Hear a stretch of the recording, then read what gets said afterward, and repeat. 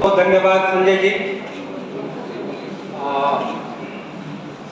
मंच पर आसीन आज के कार्यक्रम के मुख्य अतिथि विधान पार्षद डॉक्टर वीरेंद्र नारायण यादव जी, जो पहले शिक्षक पेशे से ही ताल्लुक रखते हैं, इस कार्यक्रम की अध्यक्षता कर रहे इस कॉलेज के प्राचार्य डॉक्टर राजेश्वर प्रसाद यादव जी, और मंच पर उपस्थित अभी मैंने सुना प्रोफेसर दानिश जी, संजय जी, हमारे प्रसिद्ध जिले के समाज सेवी रामेश्वर गुप्ता जी, इस कॉलेज के जितने भी विभागाध्यक्ष और जितने फैकल्टी मेंबर हैं, उन सब के प्रति सम्मान अर्पित करते हुए उन सबको भी मैं संबोधित कर रहा हूँ। इसके अलावा इस सभागार में उपस्थित इस तमाम स्थानीय बुद्धिजीवी जी, जिसमें कि हमारे वर्मा साहब ने बड़ा बढ़िया एक तरह से अपना तकरीर दिया, इस कॉलेज के जितने प्यारे प्यारे नौनिहाल छात्र, चाहे वो जिज्ञासु हो, अगर जिज्ञासु नहीं भी है, यदि वो उपस्थित है तो वह भी बधाई के पात्र हैं। अनुशासित रूप से बैठे हुए एनसीसी के तमाम कैडेट का मित्रों, सबसे पहले तो मैं इस कॉलेज के प्राचार्य को कोटि कोटि धन्यवाद करना चाहूंगा कि उन्होंने एक महान कला का पुरुष साहित्यकार, जो एक तरह से युगों युगों में एक तरह से वो पूजे जाएंगे, याद किए जाएंगे, और जिन्हें हमेशा साहित्य के इतिहास में स्वर्णाक्षरों में जिनका नाम लिखा गया, लिखा जा रहा है और आगे भी लिखा जाएगा, उनकी जयंती पर आपने ये कार्यक्रम आयोजित किया। आप बहुत ही ज्यादा बधाई और साधुवाद के पात्र हैं। प्रोफेसर संजय यादव जी, युवा साहित्यकार, जिनका एक अलग व्यक्तित्व है, हमारे प्रिंसिपल साहब का भी एक बड़ा ही अलग अनोखा व्यक्तित्व है, जिसमें अध्यात्म, वह हमें जैसा मालूम है कि वो मैथ के टीचर हैं, लेकिन उनमें अध्यात्म है, बड़े ही सौम्य शालीन, बड़े शांत चित्त के, बड़े ही लो प्रोफाइल में रहने वाले व्यक्ति हैं। और संजय यादव जी के जिनके तमाम सक्रियताओं की बदौलत यह कार्यक्रम हुआ और उन्होंने मुझे दिल्ली से आमंत्रित किया, हालांकि ठीक है कि मैं बगहा का रहने वाला हूँ, तो मैं उनका बड़ा ही शुक्रगुजार हूँ। तो मित्रों, 31 जुलाई प्रेमचंद्र की जो ये जयंती है, यह साहित्यकारों के लिए, साहित्य प्रेमियों के लिए, साहित्य सर्जकों के लिए सबसे ज्यादा पावन दिवस है। उपन्यास सम्राट मुंशी प्रेमचंद्र की जयंती पर मैं जानता हूं कि पूरे देश में कार्यक्रम आयोजित होते हैं। प्रगतिशील लेखक संघ से लेकर, जनवादी लेखक संघ से लेकर दिल्ली में कई सारी गोष्ठियां होती हैं। प्रोफेसर राजेंद्र यादव जब हंस पत्रिका निकाला करते थे दिल्ली में, मैं भी उनसे बराबर मिलता था, मुझे उनसे अच्छा खासा ताल्लुकात भी हो गया था। दरियागंज अंसारी रोड में जब हंस पत्रिका प्रेमचंद्र की उस कीर्ति पताका को आगे उन्होंने बढ़ाया, तो 31 जुलाई को वह भी कार्यक्रम जरूर करते थे। और हंस पत्रिका में मेरा भी एक मीडिया पर आलेख प्रोफेसर राजेंद्र यादव ने छापा और मुझे कहीं न कहीं कृतार्थ किया। ये बात है 1992-93 की। तो मित्रों, सबसे पहले तो मैं ये बता दूं कि मैं साहित्य का व्यक्ति नहीं हूँ, मैं साहित्य का प्रेमी हूँ। मेरा जो एकेडमिक सब्जेक्ट है वो अर्थशास्त्र है और मेरा जो पेशा है वो पत्रकारिता है। यहाँ विद्या के बहुत सारे पत्रकार मौजूद हैं, हो सकता है कि उनमें हमें जानते भी होंगे, क्योंकि मैं उनके साथ कई सारे कार्यक्रमों में शरीक हुआ हूँ। तो पत्रकारिता के एक तरह से व्यवसायी होने के नाते मैंने कुछ किताबें भी लिखी हैं, और वो किताबें जिसके लिए मैंने 15-18 साल लगाया है, लेकिन वह सब्जेक्ट साहित्यिक और व्यंग्य के जरिए कहने का नहीं, मैंने एक सोशल रिसर्च के जरिए उन किताबों को आपके सामने लाया।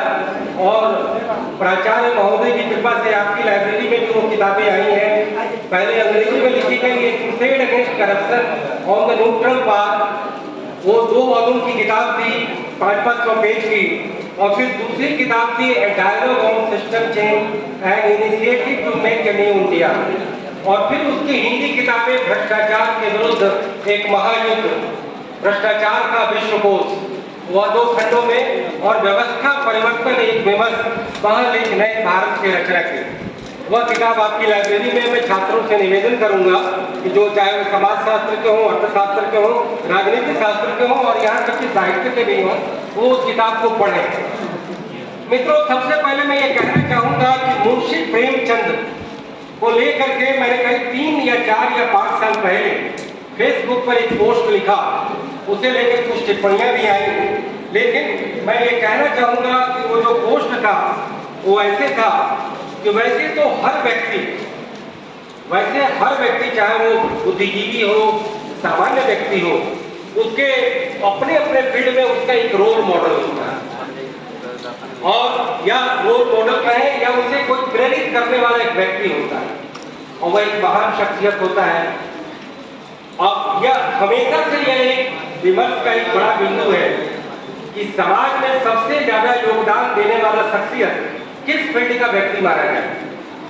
राजनीति, जन आंदोलन, समाज सेवा, पर्यावरण संरक्षण, उद्यमशीलता, कथाकार, कलाकार, लेखक वगैरह वगैरह, खिलाड़ी। परंतु हम राजनीति और राजनीतिक आंदोलन से जुड़े व्यक्तियों के लिए ज्यादा सामाजिक सम्मान प्रदान करते हैं। ये सब कोई जानते हैं, उनके लिए ज्यादा सम्मान होता है।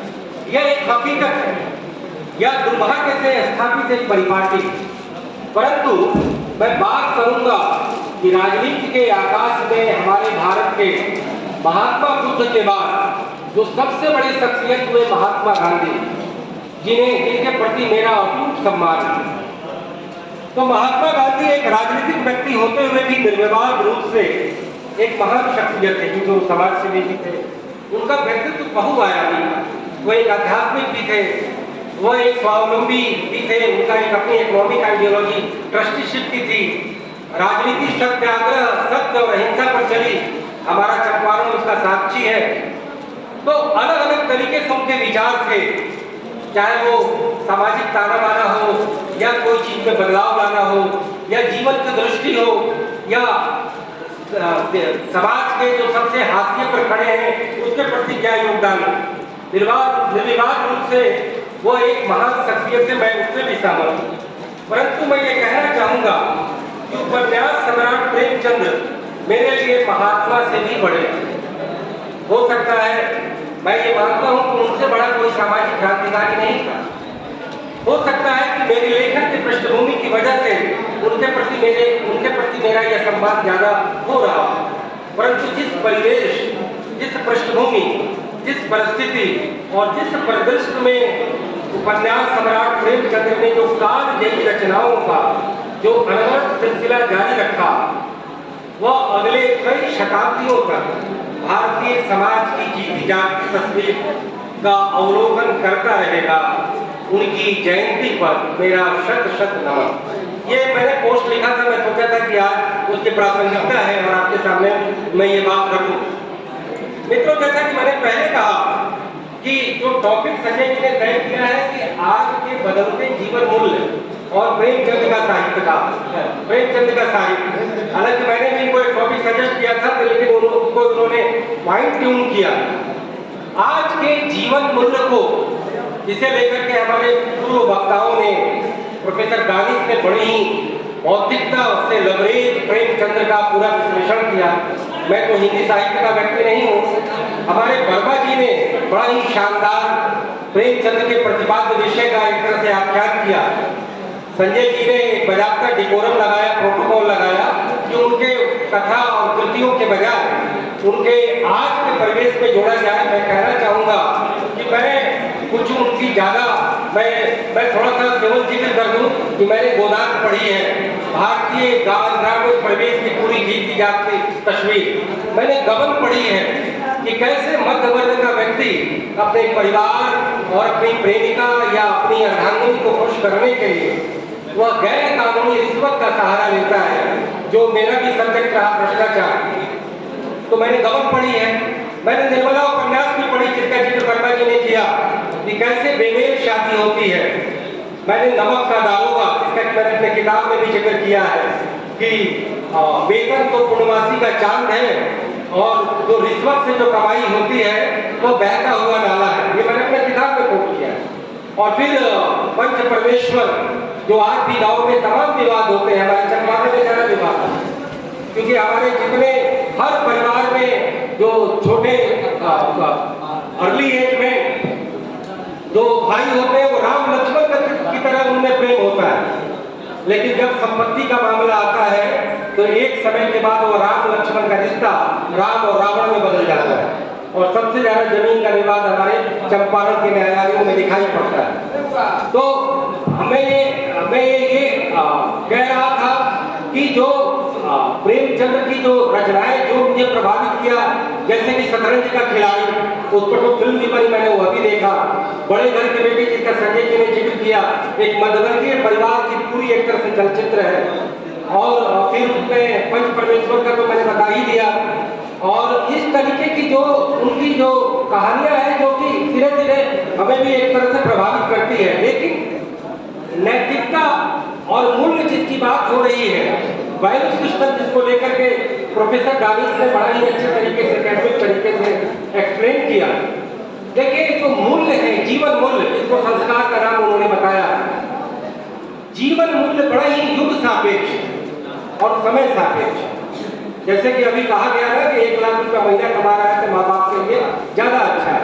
तो कैसे मूल्य बदले हैं, तो मैं ये बताना चाहूंगा कि संजय जी को कि वो मूल्य थे, वो वैल्यू सिस्टम थे, वो वैल्यू सिस्टम थे जो हमारे संस्कार, आचार व्यवहार, अपनी चरित्र, अपनी नैतिकता, अपनी परोपकारिता, अपनी सदाश्रयता, अपनी साधुवादिता में दृष्टिगोचर हुआ करती।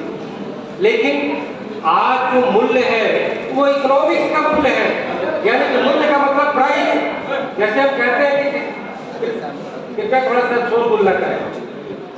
जो आज का जो समय जो सामानों का दाम लगाया जाता है, तो जाके पूछते हैं कि मूल्य क्या है, तो आज का मूल्य वही मूल्य है। लेकिन ऐसा नहीं है कि इसमें कोई रातों रात परिवर्तन आ गया। इसमें परिवर्तन हो रहा है अपने अपने पृष्ठभूमि के तहत, अपने अपने एक तरह से चाल, चेहरा और चरित्र के तहत। मैं ये जहाँ तक समझता हूँ कि साहित्य का जो परिपात्र जो विषय है, कोई भी जो साहित्यकार होता है उसका काम है सृजन करना।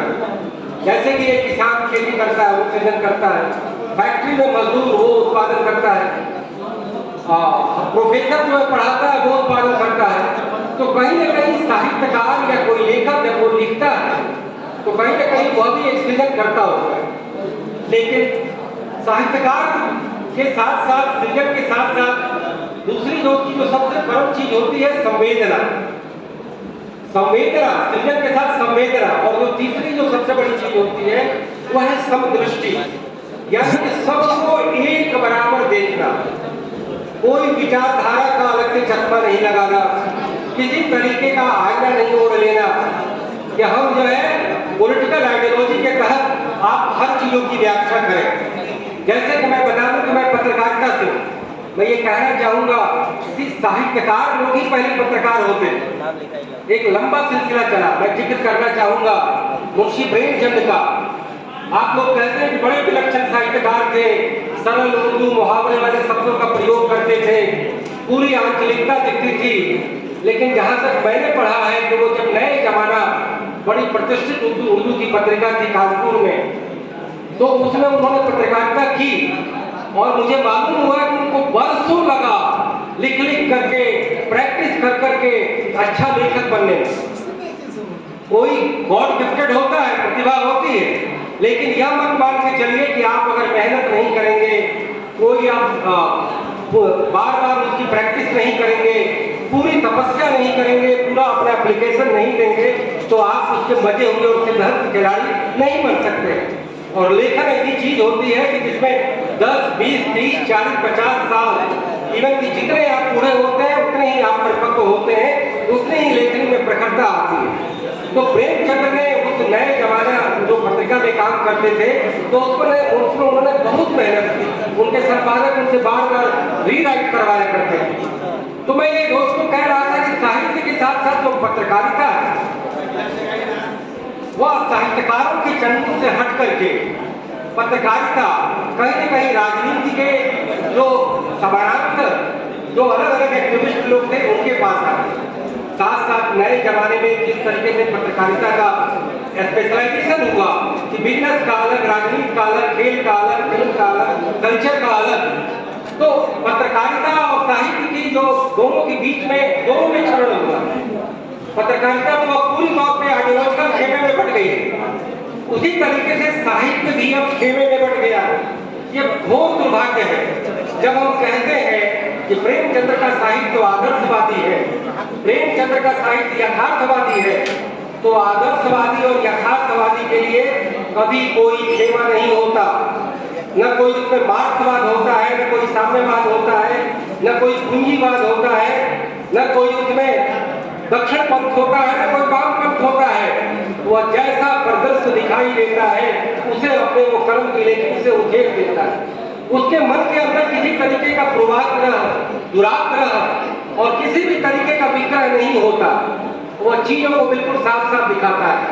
तो मैं ये कहना चाहूंगा कि जिस तरीके से पत्रकारिता संवैधानिक दायरे के अभाव में, जिस तरीके से न्यायपालिका को संवैधानिक दायरा मिला है, पत्रकारिता खेमों में बढ़ गई, पूंजीवाद के चंगुल में चली गई, पत्रकारों को अपने पूरे भविष्य को सुरक्षित कर गई, आर्थिक सुरक्षा प्रदान कर गई, तो आज पत्रकारिता में एक तरह से तेजी से गिरावट हुआ। तो साहित्य और पत्रकारिता, जहाँ साहित्य भी संवेदना से चलता है, लेकिन साहित्य का एक दीर्घकालीन एक पर्सपेक्टिव होता है, उसका एक दीर्घकालिक परिदृश्य होता है, और पत्रकारिता की नित्य दिन नूतन रोज रोज की पर्सपेक्टिव होती है, जिसमें सूचना होती है। और साहित्य में सूचना नहीं होती, उसका एक आशय होता है, उसकी विवेचना होती है।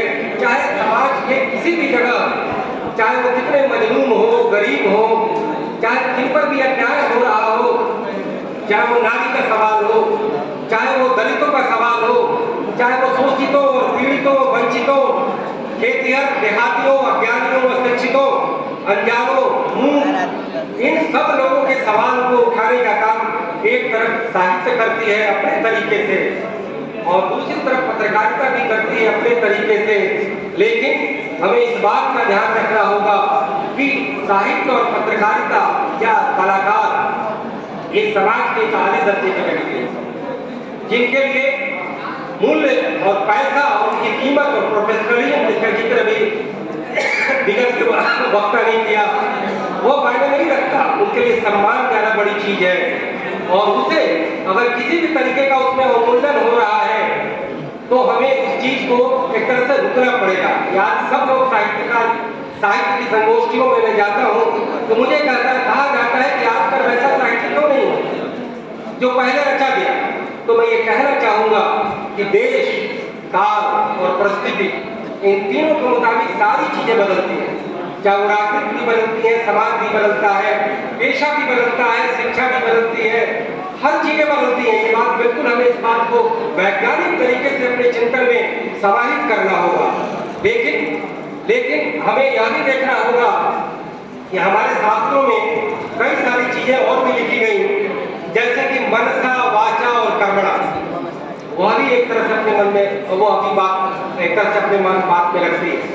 आपने जीवन मूल्य की बात की, मुझे बड़ा दुख होता है कि जब मैं अपने दादाजी के काल में अपने गांव में रहता था तो 90% व्यक्तियों के विचार का, बातचीत का, परिचर्चा का जो विषय होता था कि फलाना आदमी का नियत अच्छा नहीं है, फलाना आदमी का नीयत खराब हो गया है, फलाना आदमी अपने वचन पर पक्का है, फलाना आदमी बोल गया है तो जरूर आएगा, फलाना आदमी इस मौके पर साथ देगा।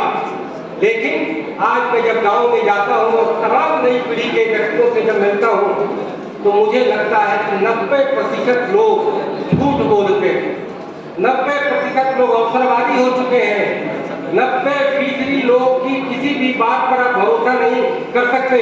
यह बात अलग है कि उन्हें इस बात का नफा और नुकसान क्या मिलता है वो जाने, लेकिन मुझे लगता है कि कहीं न कहीं मन के कोने में जब वो सोचते होंगे कि दूसरा व्यक्ति ऐसा कर रहा है और वही व्यक्ति वही कार्य वह भी खुद कर रहे हैं, तो उन्हें, मुझे लगता है कहीं ना कहीं उन्हें अपने आप से ये सवाल पूछना चाहिए कि किस तरीके से जीवन मूल्य और समाज की पूरी जो है नैतिकता का घोर क्षरण हुआ है। लेकिन मित्रों, ये उपदेश देकर और इस गोष्ठी में तमाम वक्ताओं के जरिए, उनके प्रवचनों के जरिए इन चीजों को नहीं सुधारा जा सकता। मैं एक सिस्टम में यकीन रखता हूँ, वह सिस्टम जो वैज्ञानिक तरीके से बना हुआ है। और वो सिस्टम क्या है? हमारा इकोनॉमिक सिस्टम, हमारा सोशल सिस्टम, हमारा पॉलिटिकल सिस्टम, हमारा एडमिनिस्ट्रेटिव सिस्टम। मैं ये मानता हूँ कि सरकार और प्रशासन में जो लोग होते हैं, नैतिकता उन्हें पहले दिखानी होगी, क्योंकि उनका वर्णन किया गया है, उनका चयन किया गया है, उन्हें एक ड्राइवर सीट दिया गया है कि आप अपने खुद जो है रोल मॉडल बने। आप अपने तमाम चरित्र से, अपने व्यवहार से, अपने कृत्य से, अपने चिंतन और मनन से आप लोगों के सामने ये प्रेरणा प्रदान करें कि हम चरित्रवान हैं, नीतिवान हैं और इससे हमें फायदा हो रहा है। मैं जिक्र करना चाहूँगा, हमारे शास्त्रों में जब मैं हाई स्कूल में पढ़ता था, भागलपुर झंडापुर हाई स्कूल में, तो स्कूल के क्लासरूम में एक लिखा हुआ था, honesty is the best policy, यानी कि ईमानदारी सबसे अच्छी नीति है। एक दिल्ली में एक आध्यात्मिक बाबा थे, करीब 20 साल पहले, तो कई तरीकों पर बात हो रही थी हम लोग की, तो उनके मुंह से एक वर्ड निकला, सबसे बड़ी चालाकी ये है कि चालाकी न की जाए। तो ईमानदारी जो सबसे अच्छी नीति है, क्यों कहा गया? इसके पीछे कोई भोलापन नहीं है, इसके पीछे ये नहीं है कि मैंने गाल रख दिया, आके थप्पड़ मार दो। सचमुच जब आप उसकी पूरी गहराई में जाएंगे, पूरा तात्विक विवेचन करेंगे, तो आपको ये लगेगा कि ईमानदारी आपको मन को सुकून भी देता है और लॉन्ग टर्म में आपको फायदा भी देता है। आपको धन, सम्मान, इज्जत, शोहरत और सबसे बड़ी मन की शांति देता है। और ये सबको मालूम है कि लॉन्ग टर्म में कहीं ना कहीं नेचर, कहीं ना कहीं वो डिवाइन गॉड जिसके प्रिंसिपल साहब जिसमें बड़ा पक्का यकीन रखते हैं, कहीं ना कहीं उसका भी एक रूल ऑफ लॉ होता है, कहीं ना कहीं डिवाइन का भी अपना लॉ चलता है। ये जितने सिस्टम बने हुए सब मैन मेड है, इसमें नेचर का और कोई डिवाइन का और किसी हिस्ट्री का रोल नहीं है। हमने ये पॉलिटिकल सिस्टम बनाया, हमने ये इकोनॉमिक सिस्टम बनाया, एडमिनिस्ट्रेटिव सिस्टम बनाया, सोशल सिस्टम बनाया, और क्यों बनाया कि कहीं न कहीं बहुजन की, यानी मैक्सिमम लोगों की, अधिकतम लोगों का अधिकतम हित सुरक्षित हो।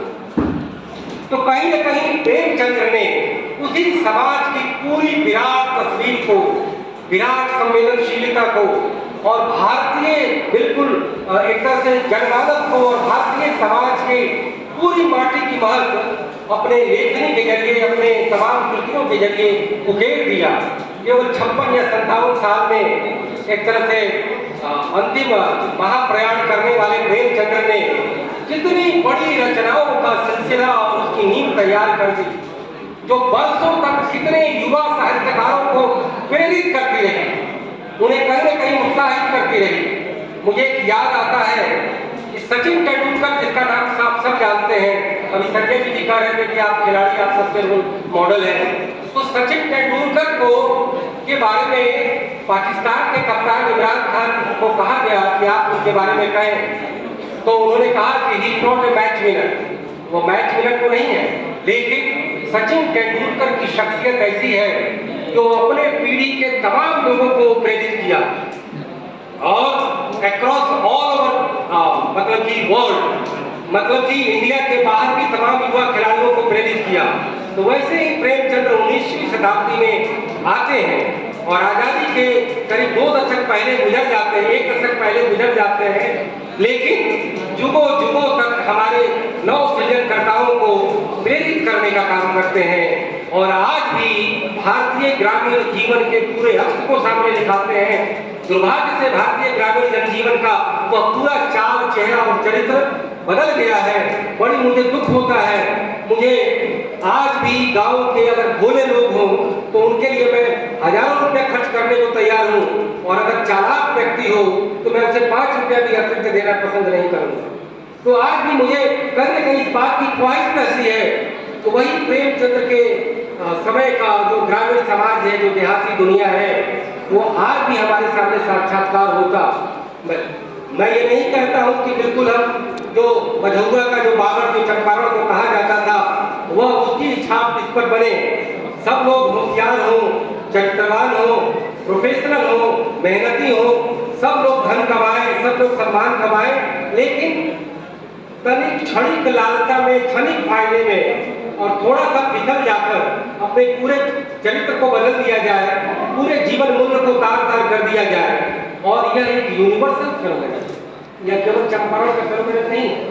महानगरों का चरित्र अपने तरीके से चल रहा है, मध्यवर्गीय लोगों का चरित्र अपने तरीके से चल रहा है, नौ धनाढ्य लोगों का चरित्र अपने आप अलग तरीके से बदल रहा है। नौ दौलतिया वर्ग जो हमारे प्रोफेसर आनंद कुमार जिस शब्द का प्रयोग करते हैं उसका चरित्र अलग बदल रहा है। जो मझली और पिछड़ी जो जातियां हैं, जो एक समाज की उस पिरामिड में जो अगली पायदान पर पहुंच रही हैं, उसका भी चरित्र अपने आप में बदल रहा है। तो कुल मिलाकर के मैं जिस सोशल ऑर्डर की वकालत करता हूँ तो कहने में तो बड़ा थ्योरेटिकल है, वर्ग विहीन, जाति विहीन और एक विराट संवेदनशीलता से युक्त समाज जिसमें हर तरीके की सोच दिखाई पड़े। लेकिन मैं ये मानता हूँ कि जाति, धर्म, पर्व, त्योहार और तमाम रस्म रिवाज एक विराट कल्चरल डोमेन की चीज है। जाति को भी आप कल्चरल आईने में देखें तो वह बुरा नहीं लगता, उसकी एक सांस्कृतिक विशिष्टता दिखाई देती है।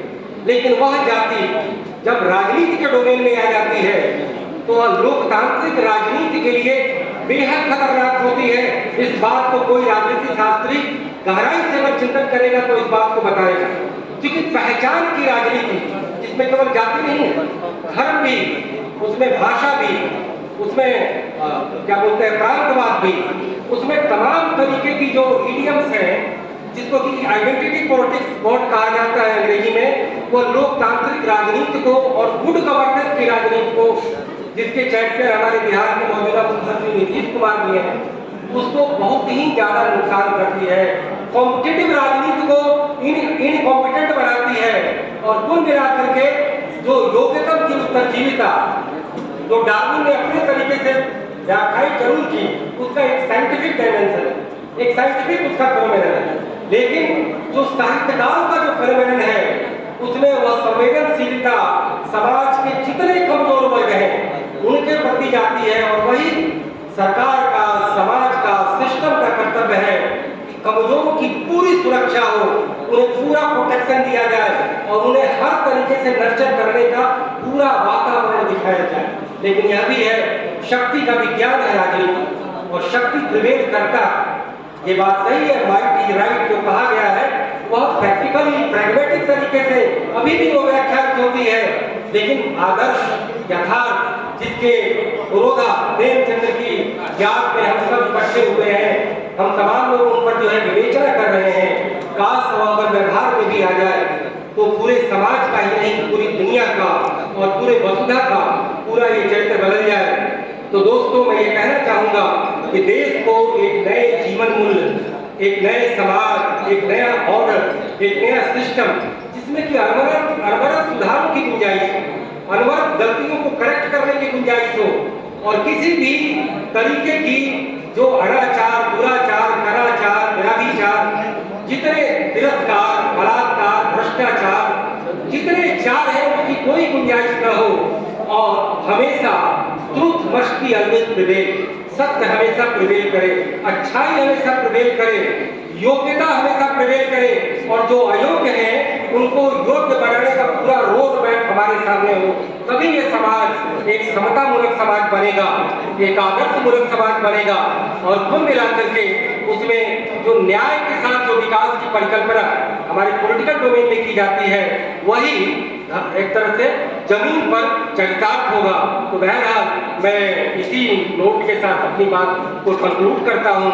फिर से मैं प्राचार्य महोदय और संजय जी को भी पूरा एक तरह से साधुवाद दे रहा हूँ, आप सब लोगों का अभिवादन करता हूँ कि आपने मेरी इस बात को धैर्यपूर्वक सुना और मुझे लगता है कि जितनी बातें और जितनी तकरीर जितनी संगोष्ठी में की जाएगी इसके जरिए आने वाले दिनों में यही प्रबुद्ध वर्ग मिलकर के एक नया समाज, एक नया देश और एक नई दुनिया का निर्माण करेगा और कुल मिलाकर के मानवता और सच्चाई और अच्छाई हमेशा प्रिवेल करेगी। बहुत बहुत धन्यवाद।